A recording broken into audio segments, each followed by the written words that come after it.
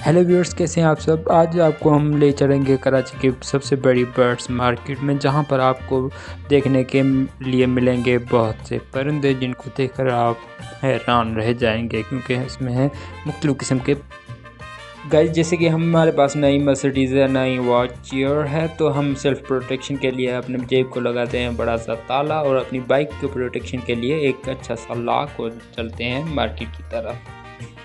तो गाइस देख सकते हैं कि कितने प्यारे प्यारे परिंदे हैं यहाँ पर। ये मुख्तलिफ़ किस्म के बर्ड्स हैं, ये पैरोट देखें, और ये मुख्तलिफ़ किस्म के चिक्स हैं आपके सामने, कितने प्यारे हैं। इनकी जो ये बाज़ार है, इसकी लोकेशन जो है वो है लालू के 10 नंबर लियाकताबाद फ्लाई ओवर, और यहाँ पर आपको हर चीज़ परिंदों के हवाले से मिल सकती है बारियात दाम में। ये बाज़ार लगती है, संडे बाज़ार है, इतवार बाज़ार, परिंदा बाज़ार, जो आपको लियाकताबाद लालू